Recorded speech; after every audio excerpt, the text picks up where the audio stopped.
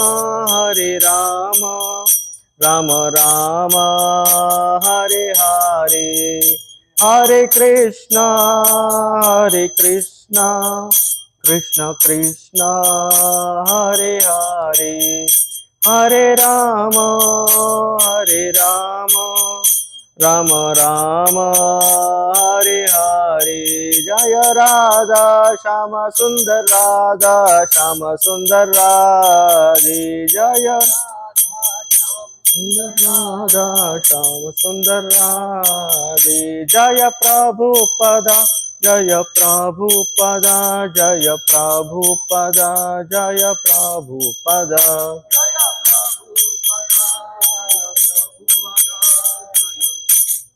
Pada Jaya Prabhupada. जय ओम विष्णुपाद परमहंस प्रभुराज का आचार्य अष्टोत्तर शत श्रीमद अभय चरणारविंद भक्ति वेदांत स्वामी श्री प्रभुपाद की जय। अनंत कोटि वैष्णववृंद की जय। गौर परमानंदे हरि हरि बोल।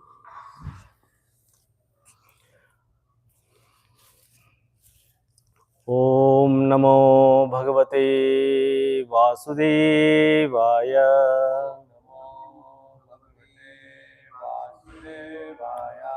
ओम नमो भगवते वासुदेवाय।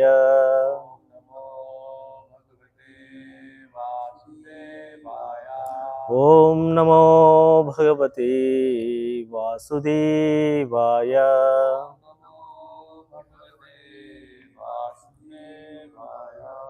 नारायणं नमस्कृत्य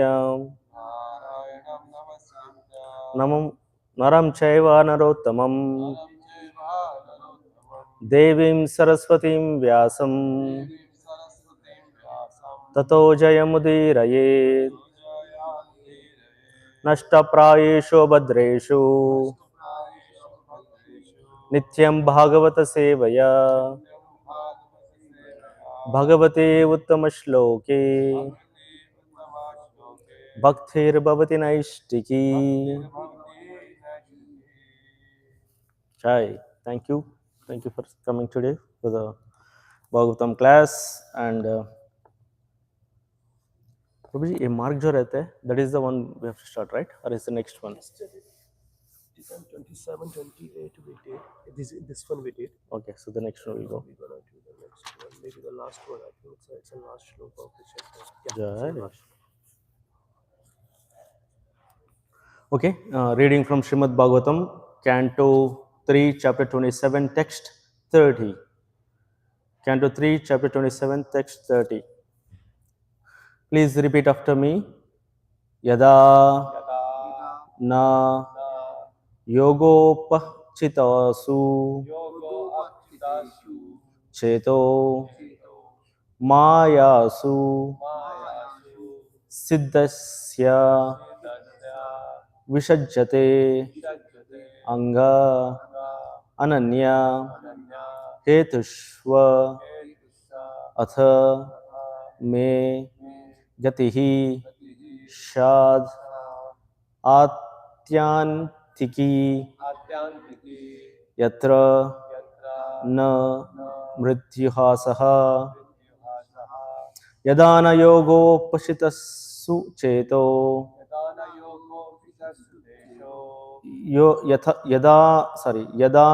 yogopachitasu cheto yadana yogopachitasu cheto maya susiddhasya visajjate anga ananya hetushva atha me gati shad atyantiki yatra na mrityuhasaha yadana yoga pachitasu cheto maya susiddhasya visajjate anga maya susiddhasya visajjate anga ananya hetushva atame gati syad atyantiki yatra na mrityuhasaha word meaning yada when, na not, yoga upachitasu, to powers developed by yoga, chetaha, the attention, mayasu, manifestations of maya, siddhasya, of a perfect yogi, visajjate, is attracted, anga, my dear mother, ananya hetusu, having no other cause, atha, then, me, to me, gatihi, his progress, shat, becomes, at, atyantiki, unlimited, yatra, where, na, not, mrityuhasaha, power of death. Translation purport by His Divine Grace Srila Prabhupada. Srila Prabhupada ki jai. Translation. When a perfect yogi's attention is no longer attracted to the byproducts of mystic powers, which are manifestations of external energy, his progress towards me becomes unlimited, and thus the power of death cannot overcome him. Purport. Yogis are generally attracted to the byproducts of mystic yogic power, for they can become smaller than the smallest or greater than the greatest, achieve anything they desire, have power even to create a planet or bring anyone they like under their subjection. Yogis who have incomplete information of the results of devotional service are attracted by these products, but the powers are material. They have nothing to do with spiritual progress. As other material powers are created by material energy, mystic yogic powers are also material. A perfect yogi's mind is not attracted by any material power, but is simply attracted by unalloyed service to the Supreme Lord. For a devotee, the progress of merging into the Brahman effulgence is considered to be hellish, and yogic power, or the preliminary perfection of yogic power, to be able to control the senses, is automatically achieved. As for elevation to the higher planets, a devotee considers this to be simply hallucinatory. A devotee's attention is concentrated only upon the eternal loving service of the Lord, and therefore the power of death has no influence over him. In such a devotional state, a perfect yogi can attain the status of immortal knowledge and bliss. Thus, and the Bhaktivedanta purports of the third canto, 27th chapter of the Srimad Bhagavatam, entitled Understanding Material Nature. ॐ अज्ञानतिमिरन्धस्य ज्ञानाञ्जनशलाकया चाक्षुरुन्मिलितं येन तस्मै श्रीगुरवे नमः। श्रीचैतन्यमनोभीष्टं स्थापितं येन भूतले स्वयं रूपः कदा मह्यं ददाति स्वपदान्तिकं। वन्देऽहं श्रीगुरौ श्रीयुतपदकमलं श्रीगुरुं वैष्णवांश्च श्रीरूपं साग्रजातं सहगणरघुनाथान्वितं तं सजीवं साद्वैतं सावधूतं परिजनसहितं श्रीकृष्णचैतन्यदेवं श्रीराधाकृष्णपादान् सहगणललितः श्रीविशाखान्वितांश्च। हे कृष्णा करुणा सिन्धौ दीनबन्धो जगत्पते गोपेश गोपिकान्त राधाकान्त नमोऽस्तुते। तप्त काञ्चन गौरङ्गी राधे वृन्दावनेश्वरी वृषभानुसुते देवी प्रणमामि हरिप्रिये। वाञ्छकल्पतरुभयश्च कृपा सिन्धुभ्य एव च पतितानां पावनेभ्यो वैष्णवेभ्यो नमो नमः। जय श्री कृष्ण चैतन्य प्रभु नित्यानंद श्री अद्वैत गदाधर शिवासादि गौर भक्तवृंदा। हरे कृष्ण कृष्ण कृष्ण हरे हरे, हरे Ram Ram Ram Hare Hare.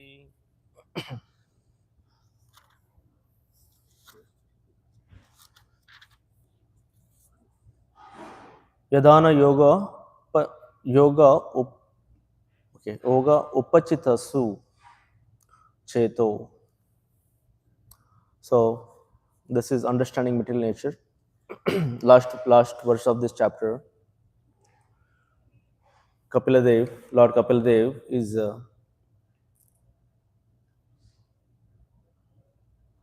when Mother Devhuti asked Lord Kapiladev to impart the knowledge, because her husband Kardamamuni left for his austerities, to perform his austerities. That was the deal they had, right? Kardamamuni wanted to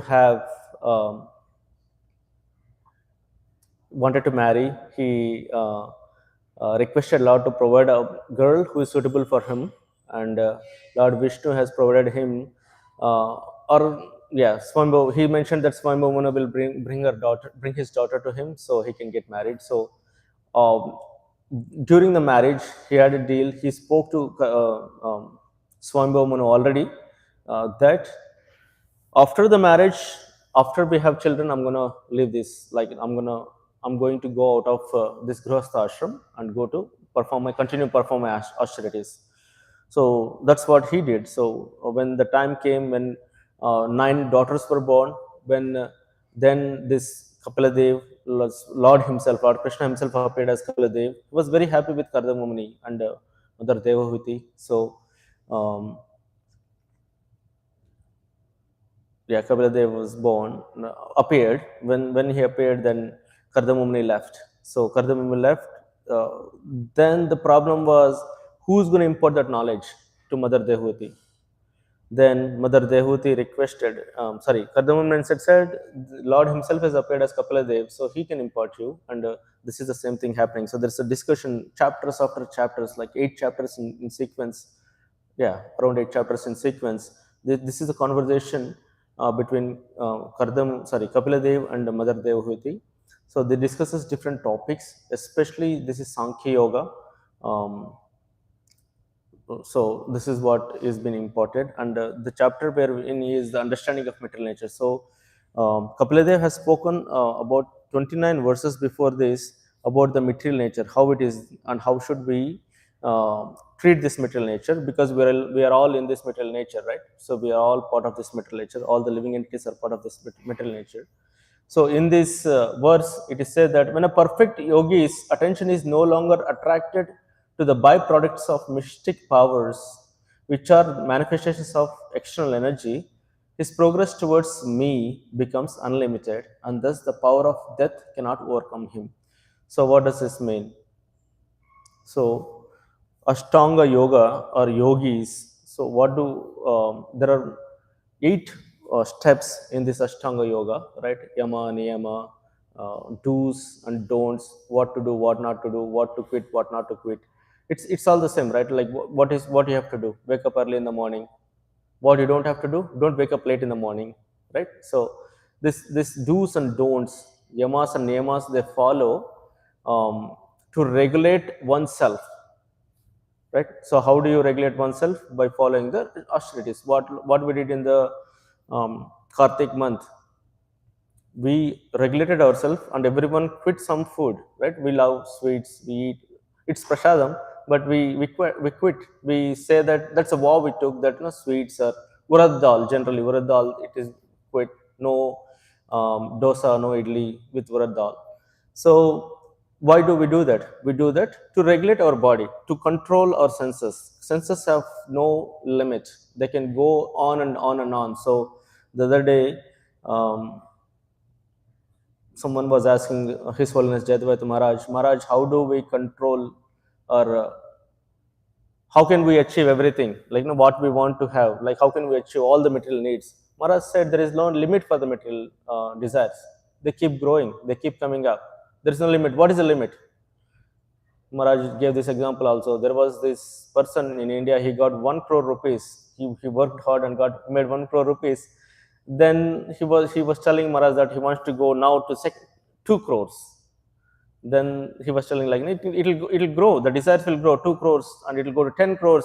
You get 10 crores, you're still not happy. The desires are like that. So there's no limit. So to control that, to control the senses, we have to do yamas and niyamas. So this process of 8 steps, eventually the real goal of this one is to get liberated.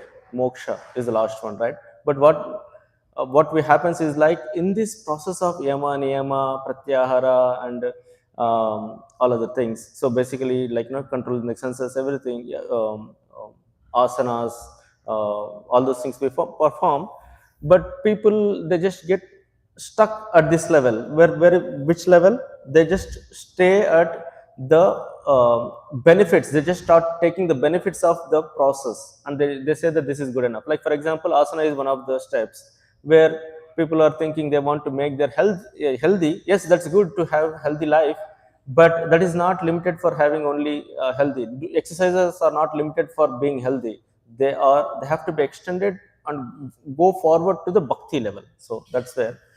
So some yogis, they perform austerities, like we have seen Vishwamitra Muni. He was performing austerities left and right because he wanted to get more powers than Vasishtha Muni. Right? Vasishtha, he saw that Kamadhenu at his home, and when Vishwamitra came, Vishwamitra was a king, right? He came to with all his soldiers and everyone. He visited Vasishta's place, right? They were all hungry. Soldiers were hungry. No one, they didn't have food for some time because they went for a war and they were returning. Um, then Vishwamitra found Vasishta's place, and Vasishta said, "Okay, no problem. We'll serve all of you, thousands of soldiers." Then he asked, "How can you do that?" "Don't worry, we'll do it." And they got opulent prasadam, nice prasadam. By eating the prasadam, everyone got rejuvenated. All the soldiers got rejuvenated. Everyone, like king was, all the tiredness went away.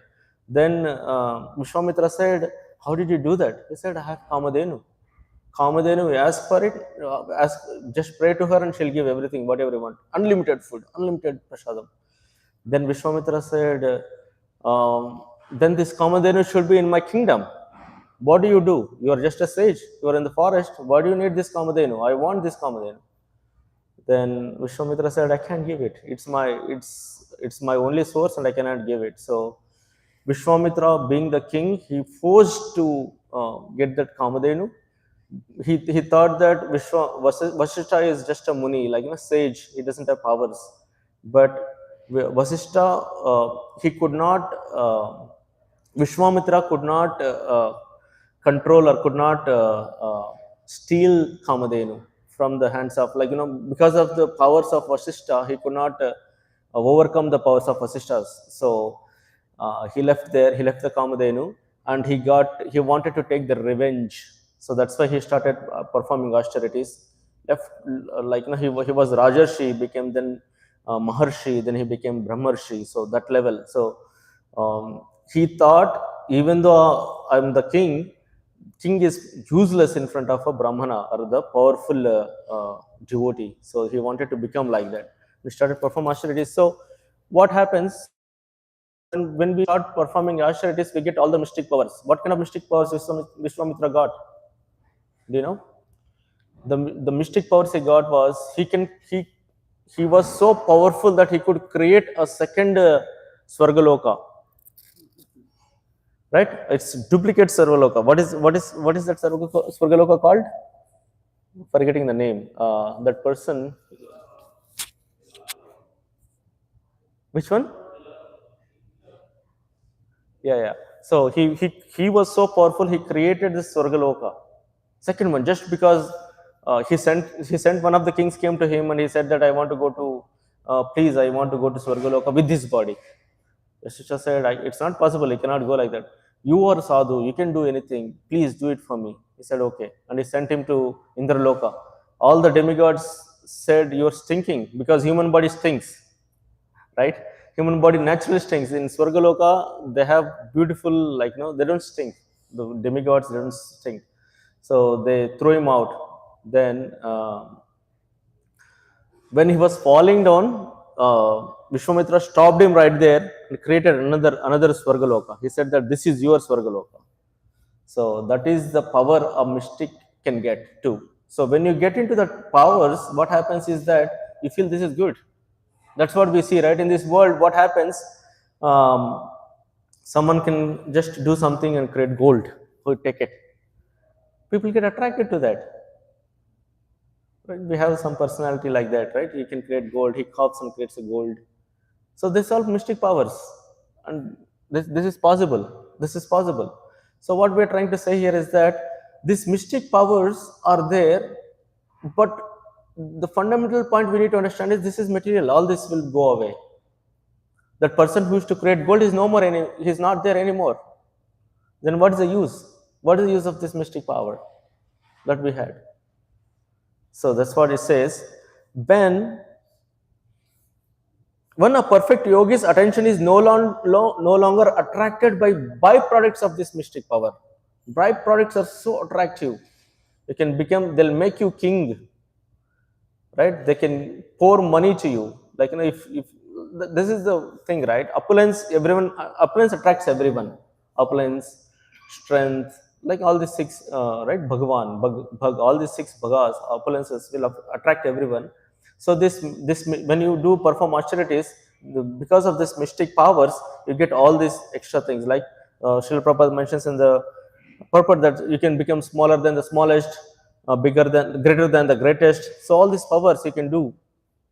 You can enter anywhere, you can go to anywhere, you can travel, like time travel, all those things you can do with the mystic powers, and they are attractive. So we should not get attracted to those mystic powers.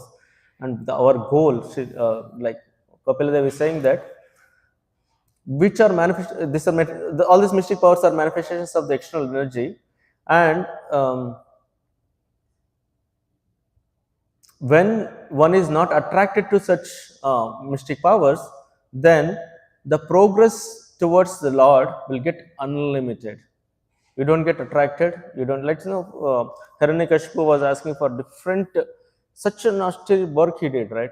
Such an austerity performed, but he got attracted, right? His purpose was different. His purpose was to rule this material world, so he got it.